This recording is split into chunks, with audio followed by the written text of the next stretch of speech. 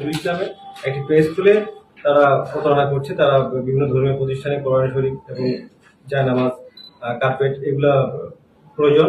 এই যারা কেউ যদি জয়েন করতে চায় তারা জয়েন করতে পারে, এরকম কিছু পোস্ট দিচ্ছিল।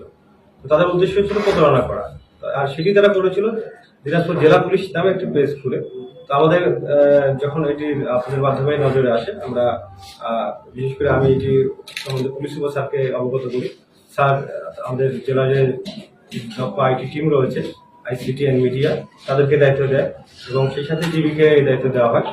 তো ডিবি পুলিশ এবং আমাদের দিনাজপুর জেলা যে আইসিটি এবং মিডিয়ার যে টিমটা রয়েছে, তাদের সমন্বিত প্রয়াসে আমরা এই যে প্রতারক যারা ফেসবুকের ভুয়া পেজ খুলে জেলা পুলিশের নামে তারা মানুষকে প্রতারণা করার চেষ্টা করছে, তাদেরকে আমরা শনাক্ত করে তাদেরকে গ্রেফতার করতে সক্ষম হই। আর গ্রেফতার করে আমরা যে আসামি পেয়েছি তার নাম মোহাম্মদ রবিউল ইসলাম রবি। তাকে আমরা বড়বন্দর জবের বাবুর মাঠ থেকে গ্রেফতার করি। গ্রেফতারকালে তার কাছে আমরা OnePlus নোটেড একটি মোবাইল পাই। সেই মোবাইল আমরা যাচাই করি, মোবাইলে দেখে আমরা সেইখানেই লগ ইন অবস্থায় এই জেলা পুলিশ দিনাজপুরের আইডিটি পাই। একই সাথে আমরা সেখানে 15টির মতো আরো আইডি পেয়েছি। এই আইডিগুলোর মধ্যে আপনার নারীর আইডি রয়েছে, বিভিন্ন নারীর নাম ধারণ করে সে আইডি খুলে মানুষকে প্রতারণা করছে।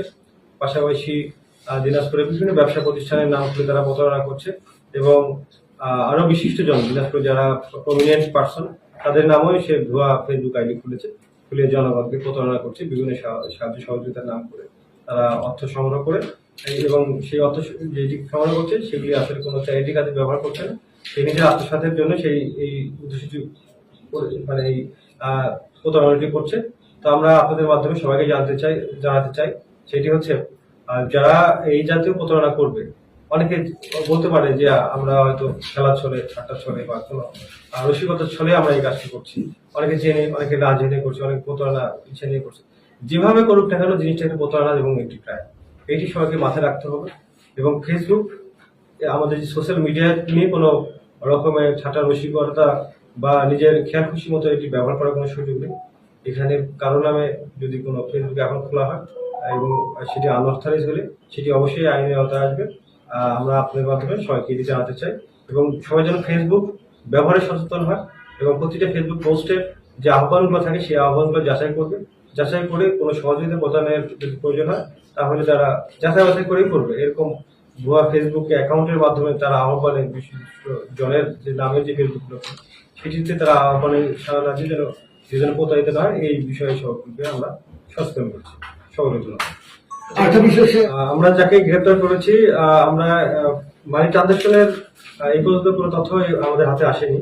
সে যেগুলো অ্যাকাউন্ট খুলেছেন সেগুলো সাব্যস্ত করেছেন। আমি আসলে নামটা সবার নামটা মেনশন করতে চাইনি। তো ধারাভাষ্যকার রফিক, উনি দিনাজপুরের একজন প্রমিনেন্ট লোক। প্রত্যেকটা অনুষ্ঠানে আমরা দেখি উনি ধারাভাষ্য দিয়ে থাকেন এবং তার সুন্দর কণ্ঠ এবং উপস্থাপনা খুব চমৎকার। মানুষের তার ফ্যান ফলোয়ার রয়েছে। তার নামও ব্যবহার করেছেন এই প্রতারক, সেই ধারাভাষ্যকার রফিক, ওনার নামও ব্যবহার করে একটি ভুয়া অ্যাকাউন্ট খুলেছে। এই পর্যন্ত তাহলে কয়টা ভুয়া অ্যাকাউন্ট পেয়েছেন? আমরা 15টির মতো ভুয়া অ্যাকাউন্ট পেয়েছি। 15টি এবং আমরা তদন্তর সাথে সেইগুলো আমরা সিআইডিতে প্রেরণ করবো ফরেন্সিক করে। আমরা যথাযথ করতে